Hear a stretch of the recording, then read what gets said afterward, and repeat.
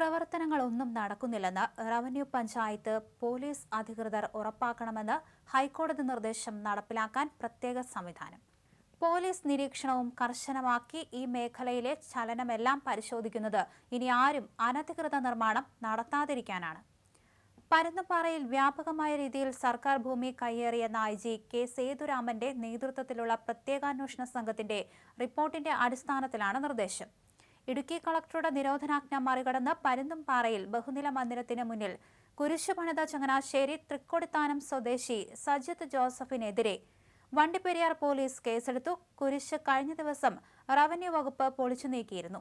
3.33 acre സർക്കാർ ഭൂമി മഞ്ചുമല വില്ലേജിലെ സർവേ നമ്പർ 441-ൽ സജിത്ത് കൈവശപ്പെടുത്തിയെന്ന് പ്രത്യേക അന്വേഷണ സംഘം കണ്ടെത്തിയിരുന്നു. ഈ കയ്യേറ്റം വാർത്തകളിൽ വന്ന ശേഷമാണ് നിലപാട് ഹൈക്കോടതി കടുപ്പിച്ചത്.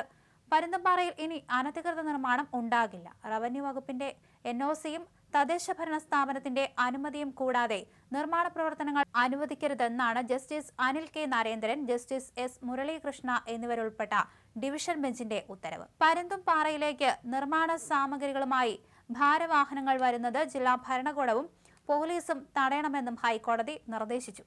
നിർദ്ദേശം ലംഘിച്ചാൽ പോലീസിനെതിരെ കോടതി നടപടിയെടുക്കും. റവന്യൂ ഉദ്യോഗസ്ഥരും മറുപടി പറയേണ്ടി വരും. പീരുമേട്, മഞ്ഞുമല വില്ലേജുകളുടെ പരിധിയിൽ വരുന്ന സർക്കാർ ഭൂമിയിൽ കയ്യേറ്റം നടന്നുവെന്നാണ് പ്രത്യേകാന്വേഷണ സംഘത്തിന്റെ റിപ്പോർട്ട്.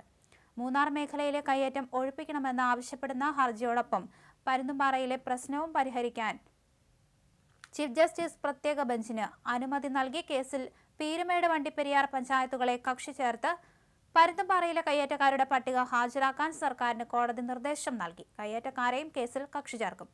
യേശുവിനെയും ജനങ്ങളെയും പറ്റിച്ച് കോടികളാണ് സജിത്ത് സ്വന്തമാക്കിയിരിക്കുന്നത്. അതിനുശേഷമാണ് സർക്കാർ ഭൂമി കയ്യേറി അനധികൃത കെട്ടിടം നിർമ്മിക്കാൻ സജിത്ത് എത്തിയത്. സർക്കാർ ഭൂമി കയ്യേറി നിർമ്മിച്ച കെട്ടിടങ്ങൾ പൊളിച്ചു നീക്കുന്നതിന്റെ നടപടിയായി പരുന്തുംപാറയിലുള്ള സജിത്ത് ബ്രദർ നിർമ്മിക്കുന്ന കെട്ടിടവും ഉൾപ്പെട്ടു. സർക്കാർ ഭൂമിയിലാണ് സജിത്ത് കെട്ടിടം പണിയുന്നത്.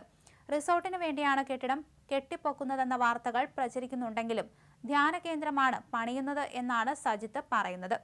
സർക്കാർ ഭൂമി കയ്യേറിയവരെ കുടിയൊഴിപ്പിക്കുന്ന പ്രവൃത്തി നടന്നുവരികയാണ്. കുടിയൊഴിപ്പിക്കലിന്റെ ഭാഗമായി നിരോധനാജ്ഞ ഏർപ്പെടുത്തി. ഇതിനിടയിലാണ് കുരിശ് സ്ഥാപിച്ച കെട്ടിടം പൊളിക്കാതിരിക്കാനുള്ള കുതന്ത്രവുമായി സജിത്ത് എത്തിയത്. മറുനാടൻ ആദ്യം വാർത്ത നൽകി. അതിനുശേഷം മറ്റ് മാധ്യമങ്ങളും ഏറ്റെടുത്തു. ഇതിനൊപ്പം വിഷയം നിയമസഭയിലും എത്തി. ഇടുക്കിയിലെ CPI നേതൃത്വവും സജിത്ത് ബ്രദറിനെതിരായ നിലപാടിലാണ്. പിന്നാലെയാണ് ഹൈക്കോടതിയുടെ ഇടപെടൽ. പരുന്തുംപാറയിലെ ഭൂമി കയ്യേറ്റവുമായി ബന്ധപ്പെട്ട കർശനമായ നടപടികൾ സ്വീകരിക്കുമെന്ന് റവന്യൂ മന്ത്രി K രാജനും അറിയിച്ചു. കയ്യേറ്റ വിഷയവുമായി ബന്ധപ്പെട്ട് റവന്യൂ മന്ത്രിയുടെ അധ്യക്ഷതയിൽ അടിയന്തര ഉന്നതതല യോഗം ചേർന്ന് സ്ഥിതിഗതികൾ വിലയിരുത്തി. വിശദമായ അന്വേഷണത്തിനായി 15 പേരടങ്ങുന്ന റവന്യൂ സംഘത്തെ സ്ഥലത്ത് നിയോഗിച്ചിട്ടുണ്ട്.